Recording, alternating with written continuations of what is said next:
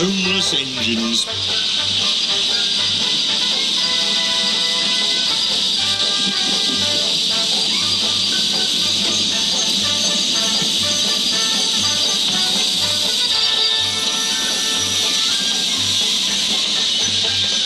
special train arrived one day, and the Fat Controller welcomed the passengers. They looked at everything in the yard and photographed the engines. Duck's driver let some of them ride in his cab. They're the Railway Society, his driver explained. They've come to see us. Their engine's City of Truro. He was the first to go 100 miles an hour. Let's get finished, then we can go and talk to him. Oh, said Duck, awed.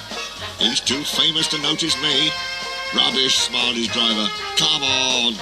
Duck found City of Truro at the coaling stage. May I talk to you? He asked shyly. Of course, smiled the famous engine. I see you are one of us. I try to teach them our ways, said Duck modestly. All ship shape and Swindon fashion, that's right. Please, could you tell me how you beat the Southwestern? So, City of Truro told Duck all about his famous run from Plymouth to Bristol more than 50 years ago. They were soon firm friends and talked Great Western till late at night. City of Truro left early next morning. Good riddance, grumbled Gordon, chattering all night, keeping important engines awake. Who is he anyway? He's City of Truro. He's famous. As famous as me? Nonsense. He's famouser than you. He went 100 miles an hour before you were drawn or thought of. So he says, but I didn't like his looks.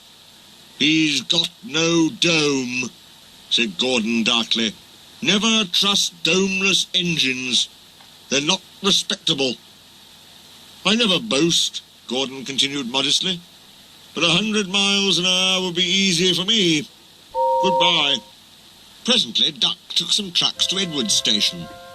He was cross, and it was lucky for those trucks that they tried no tricks. Hello, called Edward. The famous City of Truro came through this morning. He whistled to me. Wasn't he kind? He's the finest engine in the world, said Duck. And he told Edward about City of Truro and what Gordon had said. Don't take any notice, soothed Edward. He's just jealous. He thinks no engine should be famous but him. Look, he's coming now. Gordon's boiler seemed to have swollen larger than ever. He was running very fast.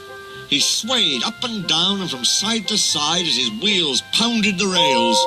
He did it, I'll do it. He did it, I'll do it, he panted. His train rocketed past and was gone. Edward chuckled and winked at Duck. Gordon's trying to do a City of Truro, he said. Duck was still cross. I should think he'll knock himself to bits, he snorted. I heard something rattle as he went through. Gordon's driver eased him off. Steady, boy, he said. We aren't running a race. We are, then, said Gordon, and he said it to himself. I've never known him ride so roughly before, remarked his driver. His fireman grabbed the brake handle to steady himself. He's given himself a hammering, and no mistake. Soon Gordon began to feel a little queer.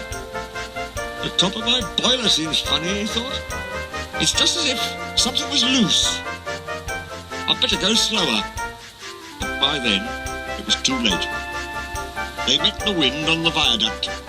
It wasn't just a gentle wind, nor was it a hard, steady wind.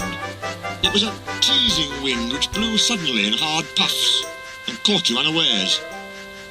Gordon thought it wanted to push him off the bridge. No, you don't, he said firmly. But the wind had other ideas. It curled round his boiler, crept under his loose dome, and lifted it off and away into the valley below. It fell on the rocks with a clang. Gordon was most uncomfortable. He felt cold where his dome wasn't. Besides, people laughed at him as he passed. At the big station, he tried to whoosh them away, but they crowded round no matter what he did. On the way back, he wanted his driver to stop and find his dome, and was very cross when he wouldn't. He hoped the shed would be empty. but all the engines were there waiting. "Never trust Domeless engines," said a voice. "They aren't respectable."